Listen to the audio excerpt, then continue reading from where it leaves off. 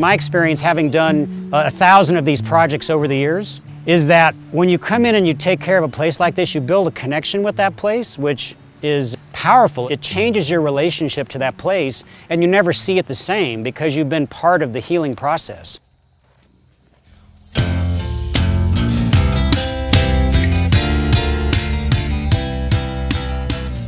A lot of what humans do is we extract from nature what we want or need, or we might go out and recreate and enjoy nature, but how often do we actually do something in nature that's giving back as we're receiving? There's a reciprocity in the work we do, which I think is really powerful and unique. And so I will never relate to this place the same after the work we've done here today. I'll always be curious, I'll always care, and I feel the same way if we build a trail or whatever it is. I don't forget what we've done.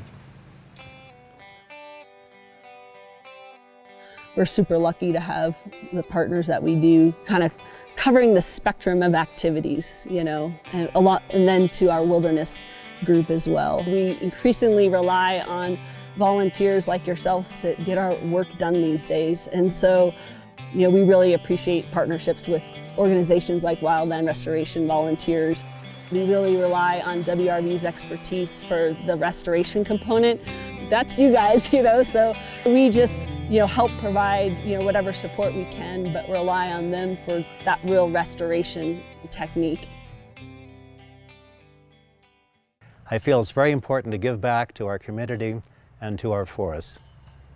The mission for WRV is healing the land and building community.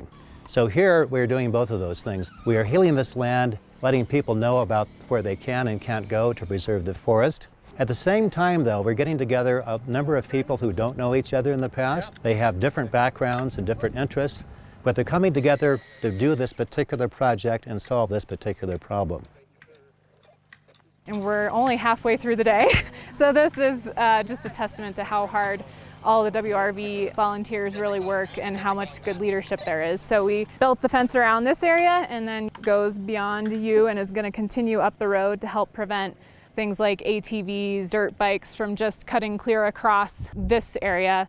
The fact that we started over there and we were a little clunky at first, but by the time we got to there, we were a well-oiled machine. And people didn't even hardly have to verbally communicate about what everyone was doing because it was so smooth at that point. And I think that is also another testament to the good crew leadership that we have here.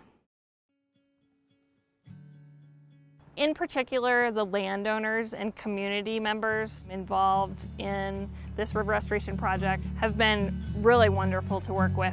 The fact that we're able to work with nearly 100 landowners on their private properties to implement these projects has been really wonderful.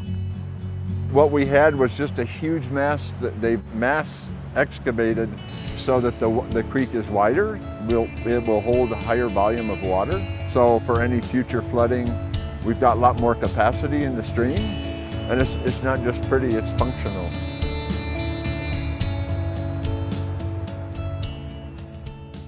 We really believe in collaboration because complex problems need complex solutions and they require lots of different complementary groups working together. You've got environmental engineers, you've got horticulturalists, you've got ecologists, and construction people all working together to implement a project like this. I think it's a really big success story. The work we're doing here is a byproduct of community. If you build a strong community of passionate people who care about the land and they want to do something, then the byproduct of that community will be these types of amazing projects. Now, we do a lot of incredibly tangible work. We've restored something like 30 miles of streams. We've built over 30 miles of trails. We've obliterated over 20 miles of roads. We've planted hundreds and hundreds of thousands of trees. So there's a lot of tangible work, but the thing that really keeps me going with this is kind of above and beyond the work on the ground. It's the impact on people.